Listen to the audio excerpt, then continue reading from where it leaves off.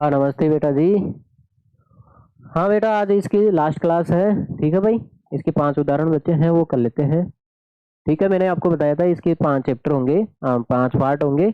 इसका आज अंतिम पार्ट है। ठीक है भाई, तो इसको उदाहरण कर लेते हैं आज। तो आप बेटा क्लास को शेयर भी कर दिया करो यार। देखो देखिए, सलीम ने एक वस्तु 784 रुपये में खरीदी, जिसमें 12% क्या है बेटा, जीएसटी टैक्स भी क्या है, सम्मिलित है। बेटा इसमें क्या है, जो वस्तु खरीदी है ना 784 में, उसमें 12% क्या है, टैक्स भी सम्मिलित है। इसका मतलब समझ गए क्या आप, टैक्स सहित है वो। इसका मतलब वस्तु का अंकित मूल्य क्या रहा होगा, अंकित मूल्य। मान लेते हैं वस्तु का अंकित मूल्य कितना है, 100%। मानते क्या होता है, 100% है। अब इसमें टैक्स है, टैक्स कितना है, 12% क्या है, टैक्स है। अब देखो देखिए, जो विक्रय मूल्य होगा, क्रय मूल्य, वो क्या बोल रहा है, कितना होगा भाई। अरे 100% की वस्तु थी, 12% इसमें टैक्स ऐड हो गया। ठीक है, तो कितने की होगी बेटा, 112% की ये वस्तु होगी। और 112%, देखो देखिए इसने बोला है ना, 784 रुपये में एक वस्तु खरीदी उसने।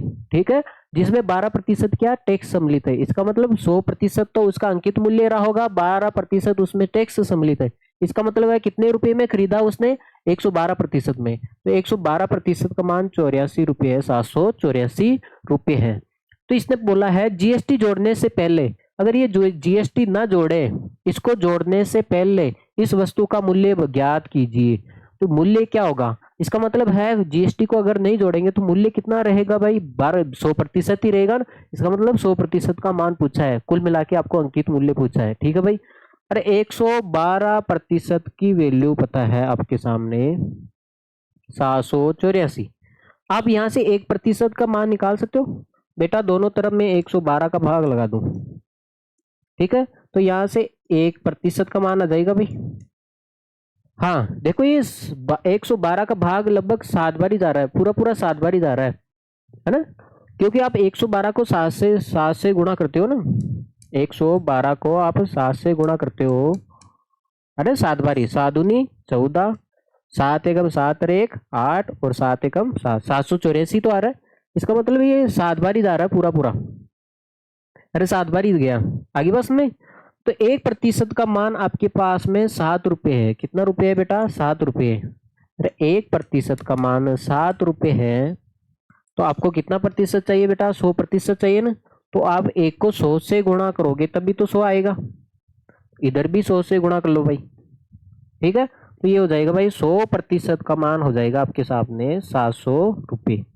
इसका मतलब बेटा वो 700 रुपये की वस्तु थी, उसमें 12% टैक्स ऐड हुआ। इसका मतलब 84 रुपये ऐड हुआ, तभी तो ये 784 हुआ ना। तो इसमें टैक्स कितने रुपए का लगा बेटा, 84 रुपये का लगा। ठीक है, तो इसने तो यही पूछा है भाई, टैक्स जोड़ने से पहले उसकी राशि कितनी थी। इसका मतलब 12% को अगर जोड़ते नहीं है तो उसकी राशि कितनी थी, 100% थी ना। तो 100% का मान पूछा आपसे। ठीक है, चले आगे भाई, अगला सवाल देखो भाई। हाँ, 10,000 की राशि 15% वार्षिक दर से, देखो 10,000 की राशि है। ठीक है, 15% वार्षिक दर से 2 वर्ष के लिए आप उधार ली जाती है, तो आपको साधारण ब्याज ज्ञात करना है। बेटा आप क्या गए, आप गए भाई है ना, आप गए दुकानदार के पास, लाला जी के पास गए आप। उन्होंने आपने बोला भाई लाला जी हमें 10,000 रुपये उधार चाहिए 2 साल के लिए। ठीक है, तो किस पे चाहिए भाई, साधारण ब्याज पे चाहिए, हम गरीब आदमी हैं, हम चक्रवृद्धि ब्याज नहीं चुका पाते हैं।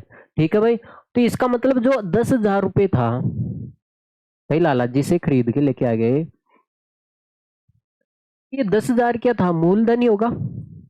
भाई शुरू में कितने रुपए खरीद के लेके आए भाई, आप 10,000 रुपये खरीद के लेके आए, तो ये मूलधन ही, जो बेटा खरीद के लेके आते हो ना आप, वो मूलधन ही होता है। तो ये बेटा 10,000 रुपये आप खरीद के लेके आए, खरीद के क्या, मांग के लेके आए। हाँ 2 साल के लिए आए, कितने वर्ष के लिए भाई, 2 वर्ष के लिए आप लेके आए। अब देखो देखिए, अब 2 साल के बाद आप क्या करते हो, अब 2 साल के लिए खरीद के लेके आए, मांग के लेके आए भाई, लाला जी के पास गए भाई, मुझे 10,000 रुपये उधार दो 2 साल के लिए। ठीक है भाई, तो आप 2 साल के लिए 10,000 उधार लेके आए। अब बताओ आप, वो बोल रहा है इसमें मैं ब्याज लूंगा, क्या लूंगा मैं? ब्याज।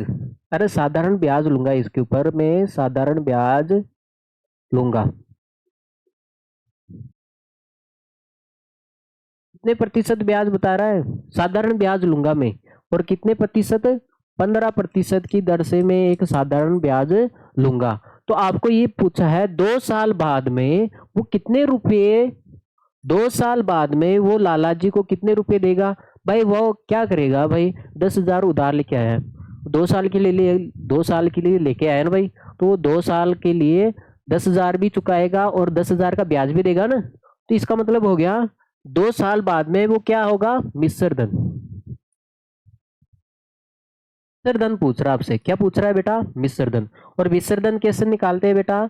अगर आप मूलधन में से, मूलधन है उसमें आप ब्याज जोड़ दो। क्या जोड़ दो बेटा? ब्याज। तब क्या आ जाता है? मिश्र धन आ जाता है। देखो देखिए, थोड़ा बड़ा डब्बा बना लेते हैं। ये डब्बा बना रहा हूं ताकि आपको अच्छे से समझ में आए। ठीक है भाई। तो मिश्र धन पूछा है, पहले की राशि तो देर की है, तो बाद की राशि पूछी है ना, तो बाद की राशि क्या होती है? मिश्र धन। मिश्र धन को कैसे निकालते हैं हम? मूलधन, मूलधन प्लस ब्याज। अरे ब्याज जोड़ देंगे भाई, मूलधन में ब्याज जुड़ेगा तभी तो ये मिक्स होगा, तभी तो ये मिश्र धन कहलाएगा ना भाई। हाँ, तो ये आपसे साधारण ब्याज पूछा है। देखो साधारण ब्याज का फॉर्मूला सीधा सीधा होता है, फॉर्मूला साधारण ब्याज का फॉर्मूला होता है बेटा आपके सामने, मूलधन, साधारण ब्याज का फॉर्मूला होता है मूलधन गुण दर गुणा समय बटा 100। बटा कितना आएगा बेटा? 100 आएगा। इसका मतलब ये सिंपल इंटरेस्ट है। साधारण इंटरेस्ट का मतलब हो गया ब्याज। ठीक है, सिंपल इंटरेस्ट। साधारण ब्याज को इंग्लिश में क्या बोलते हैं? Simple interest. मूलधन कितना है बेटा? 10,000 रुपये है। ये बेटा 15% है, 15% की दर से ही तो लेके आ रहा है। समय कितना है? 2 साल के लिए लेके आ रहे हो आप, बटा 100। देखो 2 जीरो से 2 जीरो कट गया, आगे बस में। तो ये सिंपल इंटरेस्ट आ गया आपके सामने। देखो 100, ये हो गया 15 दूनी 30, 15 को और 2 को गुणा करोगे 30, 30 को आप 100 से गुणा करोगे तो कितना हो जाएगा बेटा? 3,000। तो 2 साल के लिए ब्याज कितना बना है? 3,000 रुपये ब्याज बना है। क्या बना है बेटा? 3,000 रुपये ब्याज बना है। तो आपसे ये पूछा है, आपसे क्या पूछा है बेटा? मिश्र। अरे 2 साल के बाद में आप जो राशि चुकाओगे वो क्या होगी? 2 साल के बाद में आप जो राशि चुकाओगे वो क्या होगी बेटा? मिश्र धन ही तो होगी, मिश्र धन ही तो होगी भाई। और मिश्र धन को कैसे निकालते हैं हम? मूलधन प्लस सिंपल इंटरेस्ट, साधारण ब्याज। तो मूलधन कितना है बेटा? 10,000 रुपये था, 3,000 ब्याज का हो गया। तो अब उसको चुकाने जाओगे तो ब्याज सहित ही चुकाओगे ना भाई। भाई ये लाला जी आपके 10,000 रुपये लो और ये ब्याज लो, जमा करो, तो कितना हो गया भाई? 13,000 रुपये हो गए। ठीक है, तो 2 साल बाद में आप 13,000 रुपये जमा करवा के आओगे। आगे होगी बात में आपको? ठीक है, हम आगे चले भाई। आगे देखो, अगला सवाल देखो। अगला सवाल भी ऐसा ही कुछ है। इसने बोला है 12,600 रुपये 2 वर्ष के लिए आप, देखो कितने रुपए लेके आए भाई? फिर से गए आप आंगणे लाला जी के पास, है ना।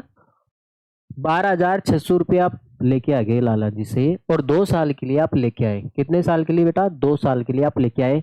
और 10% दर की, रेट कितनी है बेटा? 10% है। ठीक है, और चक्रवृद्धि ब्याज ज्ञात करना है बेटा। देखो साधारण ब्याज का तो सीधा सीधा फॉर्मूला होता है, देखो साधारण ब्याज का तो सीधा सीधा फॉर्मूला होता है, लेकिन चक्रवृद्धि ब्याज का सीधा फॉर्मूला नहीं होता है।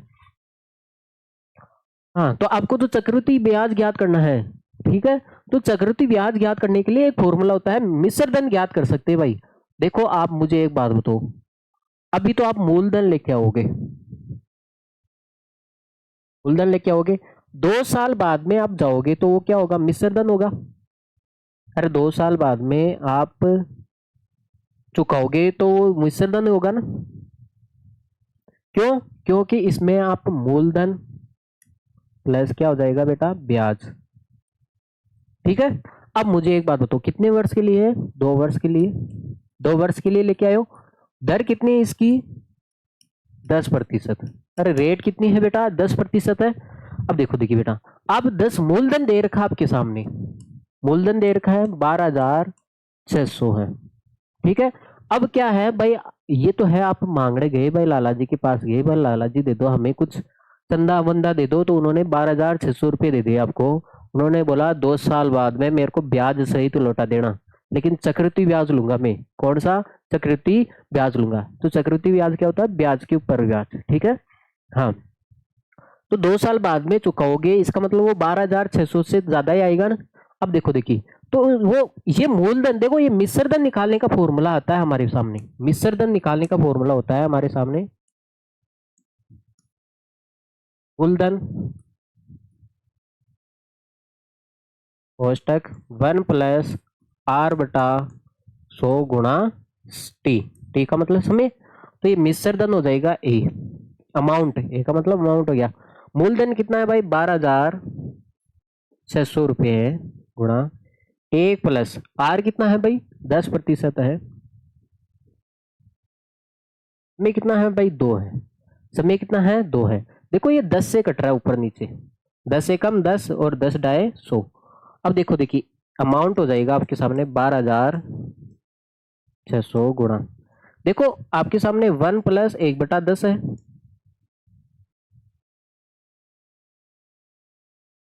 अब मुझे एक बात बताओ, यहाँ पे आपको एलसीएम लेना पड़ेगा, एलसीएम लेना पड़ेगा। देखो टाइम टाइम 2 साल के लिए, 2 तो चल रहा है ना।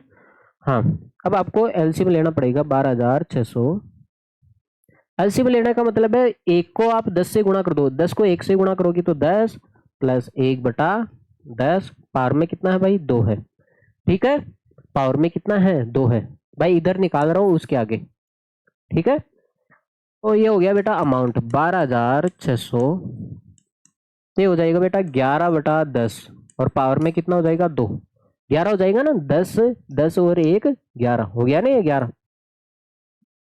पावर में 2 है, पावर में 2 है, तो ये 12,600, इसको 2 बार लिख सकते हो, 11/10 और 11/10। देखो, 2 जीरो से ये हो गया 100, 100 से 100 कट गया ना। तो ए बराबर 126 गुणा 11 गुणा 11। तो अमाउंट कितना हो जाएगा? देखो पहले 11 से गुणा कर लेते हैं, 11 से गुणा करना आसान है बेटा। पहले 6 का 6 लिख दो, फिर इन दोनों को जोड़ दो, 6 और 2 कितना हो गया? 8। फिर अगले दोनों को जोड़ दो, 2 और 1 3, और 1 का 1। अब इसको फिर से 11 से गुणा कर दो भाई, फिर से 11 से गुणा कर देंगे ना। अमाउंट कितना हो जाएगा भाई? हाँ, पहले 6 का 6 लिख दो भाई। हाँ, फिर इन दोनों को जोड़ दो, 8 और 6 14, हाँ चल को 1 हो जाए। 8 और 3 11, 1 12, 1। ठीक है, ये कितना हो गया? 3 और 1 4, 1 5, ये हो जाएगा 1। 15,246, 15,246 आगे बात में। तो इसका मतलब है मिश्रधन कितना आया बेटा? 15,246 आया। इसका मतलब आप 12,600 रुपये लेके आए और उसको कितने रुपए चुका के आए? मिश्रधन का मतलब हो गया ये टोटल आ गया, ये मिश्रधन आ गया आपके सामने। आगे बात में, तो ये मिश्रधन आया आपके सामने 15,246 रुपये लेके आए। अब आपको क्या ज्ञात करना है? चक्रवृद्धि ब्याज ही तो ज्ञात करना है। देखो मैं यहाँ पे ज्ञात कर रहा हूँ, आपके सामने है मिश्रधन ए, मूलधन क्या होता है पी, और चक्रवृद्धि ब्याज होता है बेटा कंपाउंड इंटरेस्ट, है ना। चक्रवृद्धि ब्याज को इंग्लिश में क्या बोलते हैं? Compound interest. देखो देखिए, प्लस प्लस प्लस लगाओ यार, गुणा कहाँ से लगा दिया मैंने? Compound interest. देखो आपके पास अमाउंट है, अमाउंट कितना आया? 15,000। मिश्रधन आया ना 15,246। मूलधन कितना था? 12,600 प्लस सिंपल कंपाउंड इंटरेस्ट। आपको तो चक्रवृद्धि ब्याज चाहिए ना, तो ये प्लस का है, इधर भेज देते हो, किस में आ जाएगा भाई? माइनस में, माइनस में आ जाएगा ना भाई।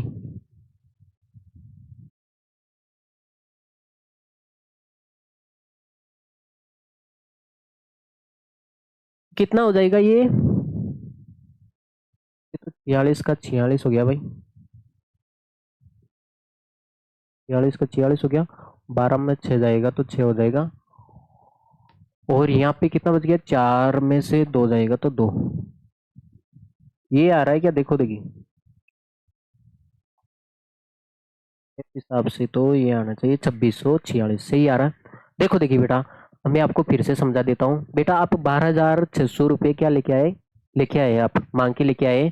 तो 2 साल बाद में उसने बोला मेरे को ब्याज सहित तो चुका देना। तो आप गए लाला जी के पास में, 2 साल बाद में कितना रुपये हुआ, 15,246 हुआ। भाई चक्रवृद्धि ब्याज हो ना, जब चक्रवृद्धि ब्याज का सवाल हो तो मिश्र धन निकालने का फॉर्मूला है, न कि चक्रवृद्धि ब्याज निकालने का, ठीक है। तो ये है। अब देखो देखिए, आप 12,600 रुपये तो लेके आए, चुका के कितने आ रहे हो उसको, 15,246। इसका मतलब अगर 15,246 में से ये घटा दोगे, 15,246 में से ये 12,600 घटा दोगे, तो ये क्या आ जाएगा, साधारण ब्याज ही तो, चक्रवृद्धि ब्याज ही तो आएगा। अरे बेटा चक्रवृद्धि ब्याज ही तो आया, तो ये आपके सामने आ गया चक्रवृद्धि ब्याज, चक्रवृद्धि ब्याज, यही तो पूछा आपसे। तो कितना आएगा भाई, ये 2646, तो 2,646 आया आपका चक्रवृद्धि ब्याज, ठीक है। आगे बस नहीं, अरे उम्मीद है आपको मेरी बात समझ में आई होगी। हाँ देखो देखिए, वर्ष 1997 के अंत में किसी शहर की जनसंख्या कितनी थी, 20,000 थी। मतलब 1997 है, टाइम जनसंख्या कितनी थी बेटा, 20,000 थी, 20,000 थी। अब वो बोल रहा है, अब ये बोल रहा है 5% की दर से वृद्धि हुई है जनसंख्या में, क्या हुई है बेटा, वृद्धि हुई है। कितने प्रतिशत की दर से, 5% की दर से वृद्धि हुई है। तो आप मुझे बताओ 2000 में, वर्ष 2000 में शहर की जनसंख्या कितनी होगी, ये पूछा आपसे भाई, यही तो पूछा आपसे। देखो 1997 में जनसंख्या थी 20,000, 5% की दर से वार्षिक दर, मतलब हर वर्ष 5% जनसंख्या बढ़ती है। तो उसने पूछा है 2000 में कितनी हो जाएगी। मैंने बताया ना, जनसंख्या का बढ़ना। अब बताओ, शुरू वाली देर की ना आपको, इसका मतलब ये मूलधन है, पहले की देर की आगे की पूछा है। 97 में दे रखा है, 2000 की पूछा है, इसका मतलब ये मिश्र धन है। मिश्र धन पूछा है आपसे, क्या पूछा है बेटा, मिश्र धन पूछा है।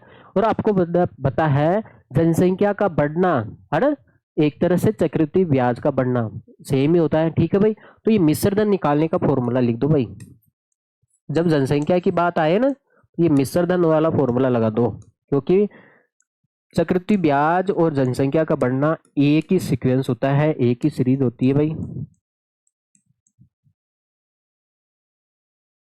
देखो देखिए, मिश्र धन तो अमाउंट तो आपको निकालना है।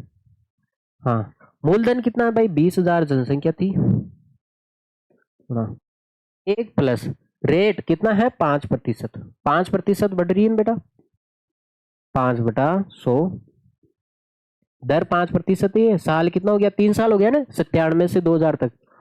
अब देखो भाई, 20,000 हो गया ये, देखो ये 5 से कट रहा है, 5 एकम 5 और 5 दूनी 10, एक जीरो बच गया ना। तो 5 से ऊपर नीचे काट दिया मैंने, तो ये आपके सामने हो गया 1 से 1/20, पावर में कितना है, 3 है। अब आपको लग रहा होगा यहाँ पे हमें एलसीएम लेना है, कितनी बार कर दिया यार ये सवाल। ये हो गया भाई 20,000, यहाँ पे आप एलसीएम लोगे, 20 को आप 1 से गुणा करोगे तो भाई 20 प्लस 1/20, पावर में कितना हो जाएगा, 3।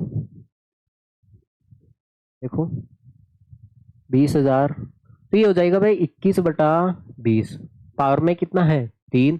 जब पावर में 3 है तो आप इसको 3 बार लिख सकते हो, अरे भाई लिख सकते हो ना 3 बार, ये हो जाएगा भाई 20,000 गुणा 21/20, 21/20 और 21/20,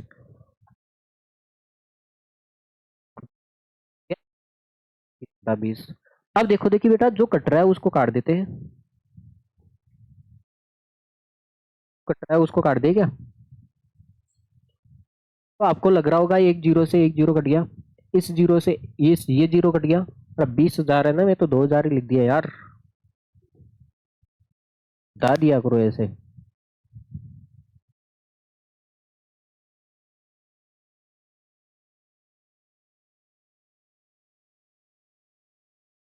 हाँ देखो देखिए, 3 जीरो है नीचे, तो ऊपर 3 जीरो काट देते हैं, 1 2 3 कट गए 3 जीरो, 3 जीरो से 3 जीरो कट गए, तो ऊपर कितना बचा भाई, 20 बचा है, गुणा 21 गुणा 21 गुणा 21 बटे कितना बचा है भाई, 2 गुणा 2 गुणा 2।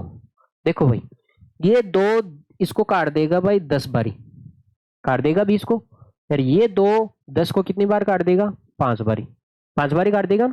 तो आपके सामने आया बेटा 5 गुणा 21 गुणा 21 गुणा 21 बटा 2। अब देखो देखिए, अब मैं क्या कर रहा हूं, इस 21 को 21 से गुणा कर देते हैं, ठीक है। क्यूब पता है क्या आपको, अरे 21 को 21 से गुणा कर दो, 21 का क्यूब पता है क्या, नहीं पता ना। देखो देखिए यार, कहाँ करे इसको, आगे अगले पेज पे कर ले क्या। देखो देखिए, आपके सामने ये कैलकुलेशन है जो अगले पेज पे कर लेते हैं। आपके सामने यहाँ तक आ गया भाई, 5 गुणा 21 गुणा 21 गुणा 21 बटा कितना है नीचे, डिवाइड में कितना बचा है भाई, 2, डिवाइड में कितना बचा है भाई, 2 बचा है।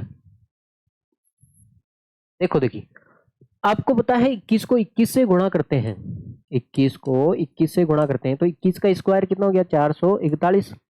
अब 441 को मैं 21 से गुणा कर रहा हूँ, नीचे तो 2 चल रहा है ना। देखो देखिए, अरे 21 का स्क्वायर कितना होता है, 441 ही तो होता है।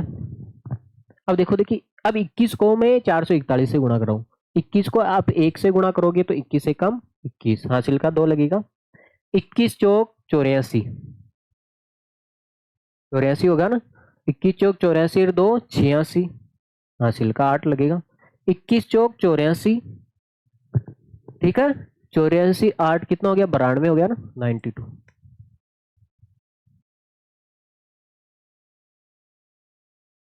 हाँ, अब इसको किससे गुणा करना है भाई, 5 से। तो भाई हासिल को मिटा देते हैं, फिर आप कंफ्यूज हो गए।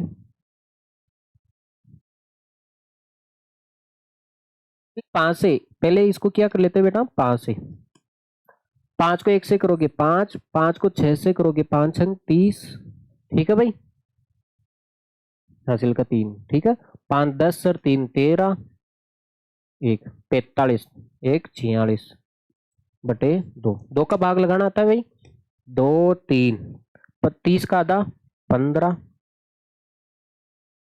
2.5 आगे बस में। तो ये जो 20,000 जनसंख्या थी वो अभी जाके कितनी हो रही है भाई, 23,152, है ना। तो इसको 152 की जगह आप 23,153 कर लो, क्योंकि पॉइंट आधा आदमी तो हो ही नहीं सकता है ना। तो पहले बेटा 97 में जनसंख्या थी आपके सामने, बेटा इसने बोला है 1997 में 20,000 जनसंख्या है, तो वर्ष 2000 में कितनी हो जाएगी, तो पहले की देर की बाद की पूछिए। अब जनसंख्या का बढ़ना चक्रवृद्धि ब्याज ही होता है एक तरह से, तो आप चक्रवृद्धि ब्याज वाला फॉर्मूला लगा लो, ठीक है भाई, ये फॉर्मूला हमने लगा दिया, ठीक है। मिश्रधन बाद की चीज पूछी है तो वो मिश्रधन होगा, पहले की देर की तो वो मूलधन होगा, पहले वाली चीज। तो यहाँ पे बेटा कैलकुलेशन की है और कुछ भी नहीं किया है, आगे बात समझ। इसका गुणा किया है तो आपने 23,152 पॉइंट आ रहा है, ठीक है। तो इसको, अरे 5 आदमी थोड़ी हो सकता है, 152 पॉइंट 5 आदमी थोड़ी हो सकते हैं, नहीं हो सकते ना, तो इसको 153 बना लो, आप जनसंख्या में बढ़ा लो इसको, ठीक है। हाँ, अगला सवाल देखो, और शायद ये आखिरी सवाल है। एक टीवी जो 21,000 में खरीदा गया है, एक वर्ष पश्चात टीवी के मूल्य में क्या हो जाता है, अवमूल्य ह्रास हो जाता है। देखो, मान लेते हैं अभी आपने एक टीवी को खरीदा है, मान लेते हैं पहले साल आपने टीवी को खरीदा है, छोटा कर लेते हैं भाई, अपने पहले साल मान लेते हैं टीवी को खरीदा है ना।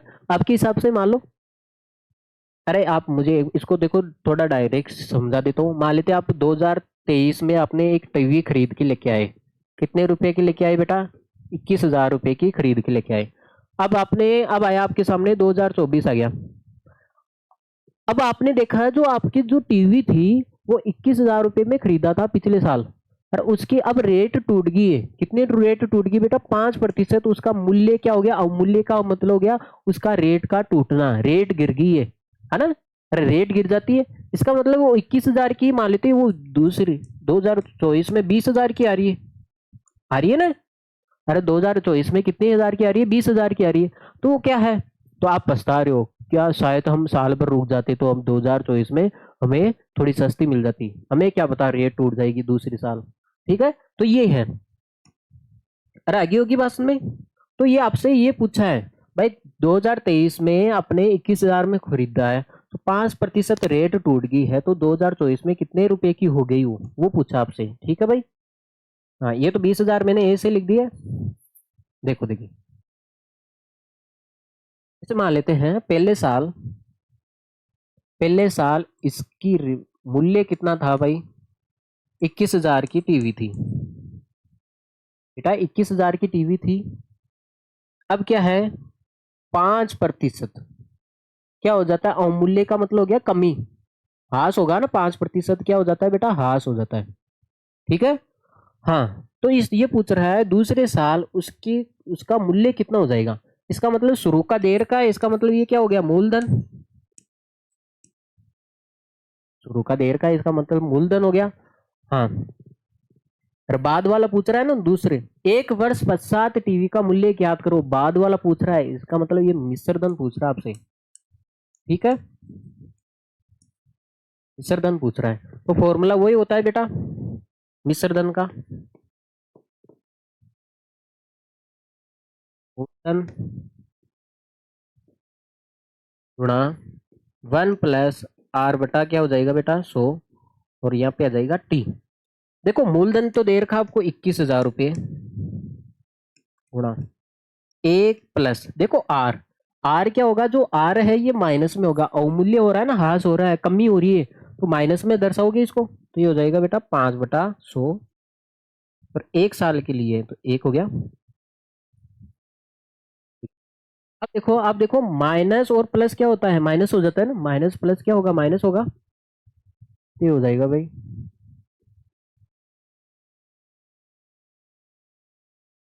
ये हो जाएगा 1 - 5/100।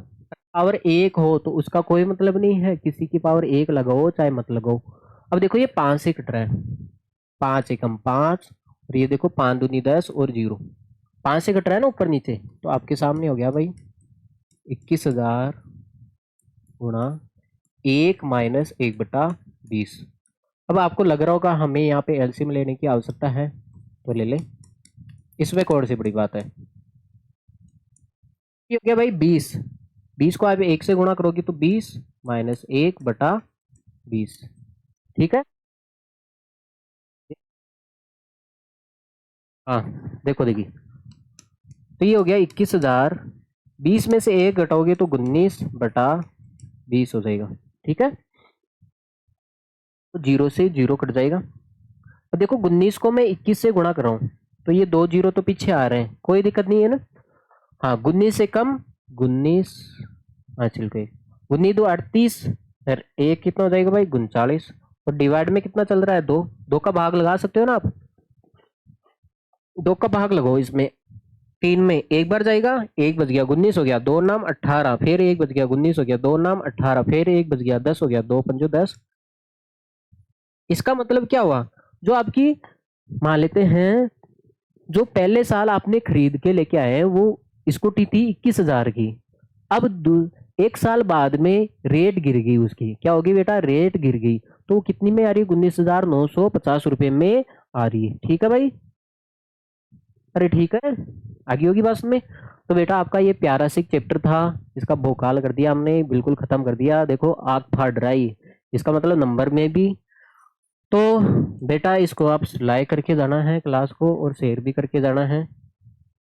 ठीक है भाई, अरे बात मानते हो क्या मेरी, हाँ भाई, अरे मानते हो तो ये भी काम कर दिया करो। ठीक है भाई, okay, take care, see you, bye. नए चैप्टर से नए सिरे से मिलते हैं हम, है ना, जोश रखना, ऐसे रेगुलेटरी रखना, रोज रोज आपको क्लास लेनी है। ठीक है भाई, बाय।